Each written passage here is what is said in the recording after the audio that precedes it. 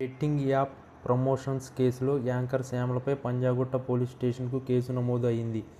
ఈ కేసులో సుమారు 11 మందికి పైగా కేసు నమోదు అయితే వారందరినీ పోలీసులు విచారణకు పిలుస్తున్నారు. దీంతో శ్యామల సైతం విచారణకు హాజరు కావాల్సి ఉంది. బెట్టింగ్ యాప్ ప్రమోషన్స్ కేసు నేపథ్యంలో తెలంగాణ హైకోర్టులో యాంకర్ శ్యామలకు ఊరట లభించింది.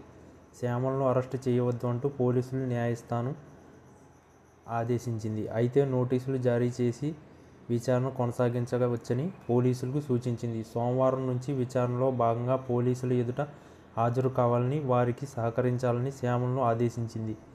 బెట్టింగ్ యాప్ ప్రమోషన్స్ కేసులో యాంకర్ శ్యామలపై పంజాగుట్ట పోలీస్ స్టేషన్కు కేసు నమోదైంది. ఈ కేసులో సుమారు 11 మందికి పైగా కేసు నమోదు అయితే వారందరినీ పోలీసులు విచారణకు పిలుస్తున్నారు. దీంతో శ్యామల సైతం విచారణకు హాజరు కావాల్సి ఉంది. కానీ ఈ విచారణకు యాంకర్ శ్యామల గైర్హాజరయ్యారు. ఈ నేపథ్యంలో యాంకర్ శ్యామల హైకోర్టును ఆశ్రయించారు.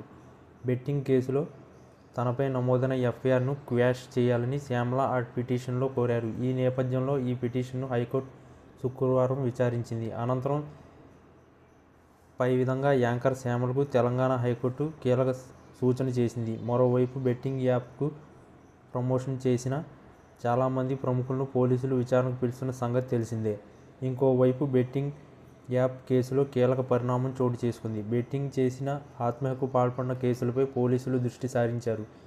ఈ ఏడాదిలో 15 మంది బెట్టింగ్ ఊబిలో చిక్కుకుని ఆత్మహత్యలు చేసుకున్నట్లు గుర్తించారు. ఈ క్రమంలో రాష్ట్ర వ్యాప్తంగా 15 కేసులు నమోదయ్యాయి. దీంతో బెట్టింగ్లో చిక్కుకుని ఆత్మహత్యలు చేసుకున్న కేసులను పోలీసులు వెలికితీస్తున్నారు. ఆత్మహత్యకు కారణమైన బెట్టింగులపై ఆధారాలను సైతం పోలీసులు సేకరిస్తున్నారు. ఆత్మహత్యకు కారణమైన బెట్టింగ్ యాప్ను